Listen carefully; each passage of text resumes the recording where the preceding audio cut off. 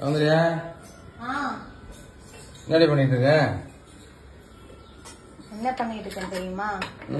நீங்க எல்லாம் உப்புமாவே குடுக்குறேன்னு சொல்றீங்கல்ல மார்னிங் டிஃபனுக்கு, அதனால புட்டு ரெடி பண்ணிட்டு இருக்கேன் எனக்கு கேரளா ஸ்டைல்ல.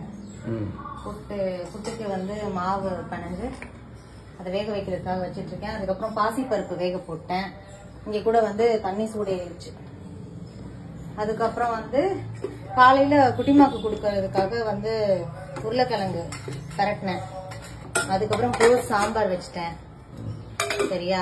சோ புட்டு வந்து நேந்திர வாழைப்பழம் நேத்து வாங்கிட்டு வந்தீங்களா நீங்க, சோ அது கூட வச்சு சாப்பிடுங்க கேரளா ஸ்டைல். ஆமா புட்டு தான்.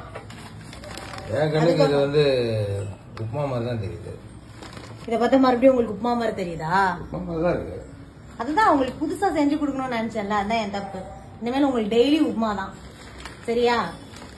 நீங்க வாங்கிட்டு வந்த மசாலா வடையோட சேர்த்து புட்டு சாப்பிட்டா சூப்பரா இருக்கும். புட்டு வச்சா இது பார்த்தா உங்களுக்கு உப்புமா மாதிரி இருக்கு.